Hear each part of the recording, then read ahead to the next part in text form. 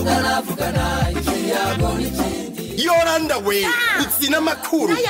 Abashikiranganji bagize Reta y'u Burundi bazoremesha ikiganiro kidasanzwe kunsamirizi zose zisamiranira mu gihugu cacu ku munsi wa gatanu igenekerezo rya gatandatu gitugutu uyu mwaka nyene ku isaha 3 zo mu gitondo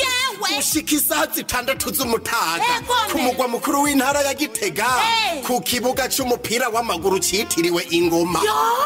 kandi hewe hageze ingene rero bizogenda bazokwishura ku bibazo by'abamenyesha makuru n'abene gihugu bazoba bishikiye kuri stade Ingoma kandi n'abazoca ku mihora ya telefone bazokwakirwa ntegerezwa kubaza ikibazo nanje none akaryo keza nkako ko kuganira n'abashikiranganji ninde yokagisha kandi rero musabwa kuba mwamaze kwinjira mu kibuga imbere y'isaha 2 z'agatondo ntawe uzontanga mu kibuga ndakurahire wumva rero kandi abo bubahwa muzobashikiriza ibibazo rusangi gusa vyerekeye ubuzima bw'igihugu cacu none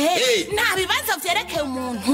canke ingorane yisangije bizakigwa oyaye kuko hariho umuguzi bakirukana bumviriza kandi abazoshikiriza ibibazo baciye ku muhora wa onamobe canke amatelefone yo mu nzu ni ku buntu none